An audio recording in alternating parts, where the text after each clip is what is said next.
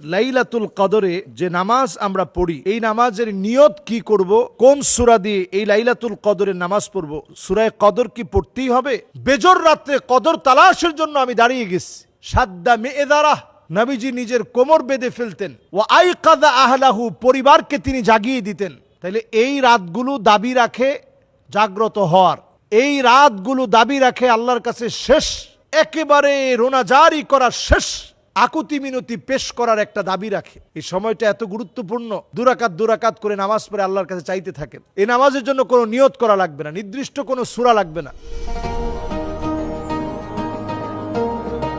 সূরা কদর পড়তে হবে এমন কোনো ম্যান্ডেটরি কোনো বিষয় নেই, বরং আপনি যদি নামাজের দাঁড়িয়ে আছেন, এই দাঁড়ানোটা যদি লম্বা সময় দাঁড়িয়ে থাকতে চান, তাহলে লম্বা সময় দাঁড়ানোর জন্য মেহেরবানি করে লম্বা সময় ধরে আপনি সূরা ইখলাস পড়তে থাকেন। কুল হুয়াল্লাহু আহাদ আল্লাহুস সামাদ লাম ইয়ালিদ ওয়া লাম ইউলাদ ওয়ালাম ইয়াকুল লাহু কুফুয়ান আহাদ। এইভাবে আপনি সূরা ইখলাসটাকে বারবার রিপিট করেন। সূরা ইখলাস যদি আপনি বারবার রিপিট করে পড়েন, নামাজের কোনো ক্ষতি হবে না। দ্বিতীয় রাকাতেও যদি সূরা ইখলাস বারবার রিপিট করে পড়েন, নামাজের কোনো ক্ষতি হবে না। তাইলে আমরা পেলাম লাইলাতুল কদরের নামাজের ভিতরে কোনো নিয়ত লাগবে না। আপনি দাঁড়িয়ে যাবেন, আল্লাহর জন্য দুরাকাত করে পড়বেন। কেউ যদি 4 রাকাত পড়তে চায়, রাত্রিকালীন সময়ে সুযোগ আছে, ইসলাম নিষেধ করে না, 4 রাকাত পড়তে পারবেন। এরপরে আসি, আর কি কি ইবাদত করতে পারি? দোয়া পড়তে পারি, আল্লাহুম্মা ইন্নাকা আফুউন তুহিব্বুল আফওয়া ফাআফু আন্নি। এই দোয়া আম্মা জান আয়েশা সিদ্দিকা রাদিয়াল্লাহু তাআলা আনহাকে নবীজি সাল্লাল্লাহু আলাইহি সাল্লাম শিখিয়ে দিয়েছেন। এই দোয়াটা আমরা পড়তে পারি। এরপরে আমরা কোরআনুল কারীম তেলাওয়াত করতে পারি, যেহেতু এটা আফদালুয যিকর তিলাওয়াতুল কোরআন, কোরআনের তেলাওয়াত সবচেয়ে বড় যিকর।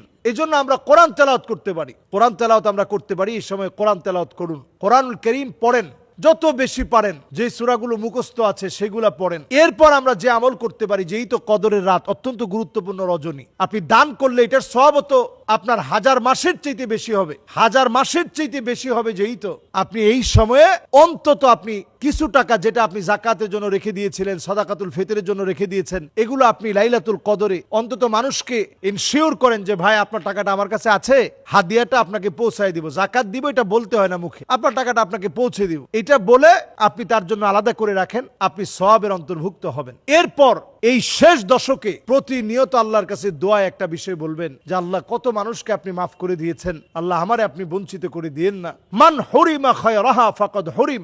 এই শেষ সময়ে এসেও যে বঞ্চিত রয়ে গেল, সে চির বঞ্চিত রয়ে গেল, আল্লাহ আদালতে চির বঞ্চিত হবে সে।